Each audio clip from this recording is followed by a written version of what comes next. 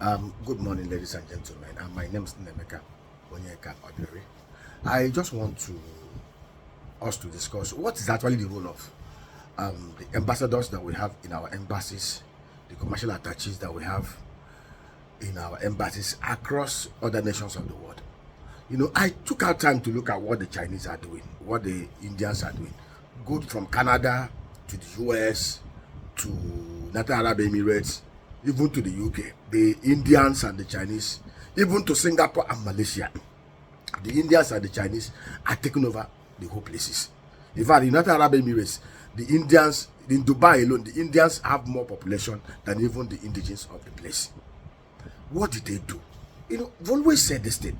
One of the greatest avenue, one of the greatest platform, one of the greatest routes through which you can empower your people and create value is through education, through training, through knowledge, through export of goods and services. The Chinese in 1980 decided to pursue this robust program. They educated their people, sent them massively in droves, supported them to go to the West to go and acquire knowledge, to go and acquire technology. As of 1980s, China was just as much as any other third world country. They had over 769 million poor people in China. From 1980 to 2005, firstly, they moved their literacy level from 61%, 62% to 98%. Today, China is competing toe to toe with the West, even with the US. The Chinese economy is growing in leaps and bounds. Look at the way BYD is competing with Tesla. There's a lot of government support. They train their people, they send them out, support them. That is why if you go to Canada, the Indians are taking over Canada. They occupy commanding heights at very strategic areas, even in the immigration department. But in the case of Nigeria, most Nigerians are actually living because of the terrible state of conditions of things in Nigeria. People sell their properties, sell their land, sell everything to live because of the atrocious situation here. We have embassies and ambassadors and commercial attaches who know next to nothing about what their roles are. In Nigeria, once you're politically connected, in fact, here in Nigeria, after 8 years of wasting $25 billion in security expenses, while in security investors, some of those who were at the top echelon of the military and who could not even do anything, we are posting that as ambassadors. To go and do what as ambassadors? That is why you see at our embassies, Nigerians are suffering. That is why Nigerians cannot find school. Today, if you look at top nations, those who come in as ambassadors are some of their smartest. They mingle with us, they pick intelligence, they defend the interests of their country and their people. If an American citizen has an issue with Nigeria, within 24 hours, he will get all the need, all the help he requires across the world. Even Nigerians to get passports and at our embassies, the wahala. Everything is trouble. In fact, every opportunity, we have this mindset. Once we are given a position in the public sector, the first thing that comes to the mind of the average Nigerian who do not understand what it means to be passionate, to be patriotic, is how to use that position to fleece, to extort, like an animal from his fellow citizens and compatriots. So we need to have this discussion. We have no foreign policy to support this country. In other clubs, see, go and check. I've said it. The only way we can liberate this country is for us to embrace massive education, for us to embrace STEM, for us to have a constitutional amendment that makes it compulsory, that for us to invest at least 25% of whatever we earn and borrow on education and 20% on the health sector. That is why, look at Cuba, look at other countries. Nothing stops us from deliberately supporting Nigerians, train them. If, for example, now we need 1 million doctors, we will train 2 million and export 1 million. Look at some of the best health centers in Nigeria today. From Memphis in Enugu, these are hospitals that were established by diasporas that came back after acquiring serious and deep experiences offshore. It's something we need to discuss and talk about.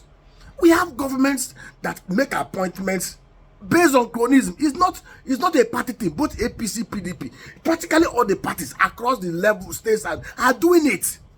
We see political office as an avenue for corruption, for nepotism, for cronyism. We push square peg in round holes and expect it to work. You appoint ambassadors who don't even know what it means to be an ambassador. You appoint commercial attaches who don't even have knowledge of what their offices are. The embassy of any nation is supposed to be a place where citizens of the country can go and get succor. It's a place where they can render. In fact, once a citizen has an issue, he can easily. But Nigerians are tired because I don't understand why we are like this. Why we are wired like this. The average Nigerian love their oppressor. The average Nigerian love those who hate them. The average Nigerian have this mindset. We embrace our abusers. We embrace those that have no value to add to us. And the very good, honest, sincere, creative, deeply knowledgeable people, we spite them and see them as weak because they are not doing the criminal things. We see criminality as a virtue. It's not normal.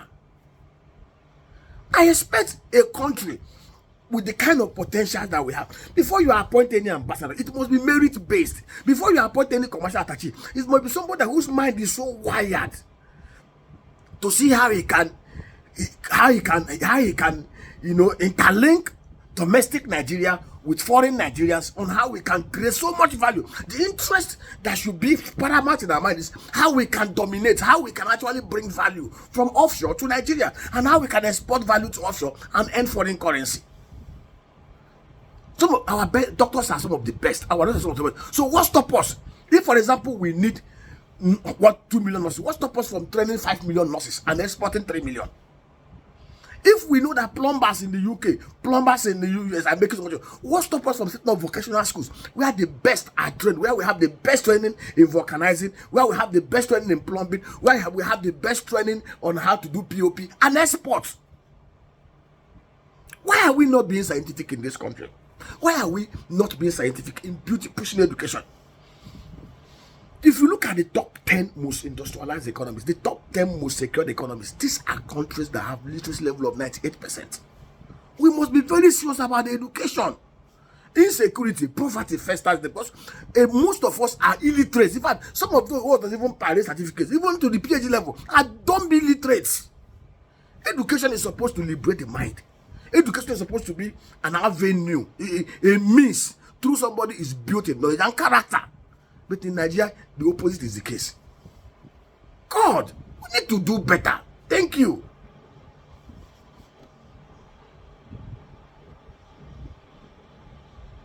We need to do better, please.